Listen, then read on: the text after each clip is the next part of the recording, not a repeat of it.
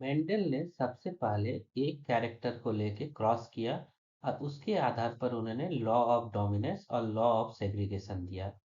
इसके बाद मेंडल ने दो कैरेक्टर को साथ लेके डाई हाइब्रिड क्रॉस किया, जिसके बारे में आज हम समझेंगे।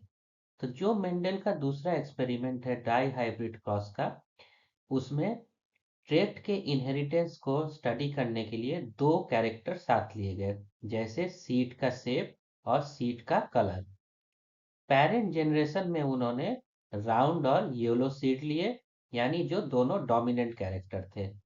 और दूसरा प्लांट लिया जिसमें रिंकल और ग्रीन सीड थे, जो दोनों रिसेसिव कैरेक्टर, और उनको क्रॉस किया। F1 जनरेशन में उन्हें सारे प्लांट राउंड और येलो मिले, जो दोनों डोमिनेंट ट्रेट को शो करता है। यहाँ भी उन्हें लॉ ऑफ डोमिनेंस सीधे देखने को मिला। जब उन्होंने F1 जनरेशन प्लांट को सेल्फ क्रॉस किया, तो उन्होंने 4 गैमेट्स पाए, जिनके क्रॉसिंग के फलस्वरूप उन्हें F2 जनरेशन में 16 कॉम्बिनेशन मिले, जिसमें से 4 फिनोटाइप दिखाई दिए। ये चारों फिनोटाइप एक रेशियो में आया, जिसमें 9 राउंड और येलो थे, 3 राउंड और ग्रीन थे, 3 रिंकल और येलो थे, एक रिंकल और ग्रीन था। इसे फेमस 9:3:3:1 रेशियो कहा गया, और ये डाई हाइब्रिड क्रॉस के फिनोटाइपिक रेशियो कहा जाता है।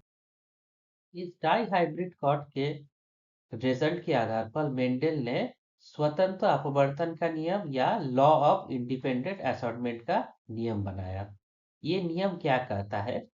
एक गुण का जो जीन होता है वो दूसरे गुण के जीन से बिल्कुल स्वतंत्र है, क्योंकि यहाँ दो कैरेक्टर को साथ में लेकर स्टडी किया, और जब डाई हाइब्रिड क्रॉस का रिजल्ट आया तो देखा गया कि दोनों कैरेक्टर वापस नजर आए, कोई एक कैरेक्टर नहीं दिखा। जैसे गोल और झुर्रीदार होने का जीन और पीला और हरा रंग होने का जीन आपस में मिलते नहीं है, वो स्वतंत्र रहते हैं, दोनों अलग अलग बढ़ते हैं। इस एग्जाम्पल में भी हम देख सकते हैं कि दो क्रोमोसोम है, एक ए कैरेक्टर का, दूसरा बी कैरेक्टर का। जब इनसे गैमेट बनते हैं तो सारे गैमेट में एक ए कैरेक्टर का और एक बी कैरेक्टर के जीन्स या क्रोमोसोम आएंगे। ऐसा नहीं होगा कि किसी में सिर्फ ए आए, किसी में बी आए और किसी में कुछ नहीं आए।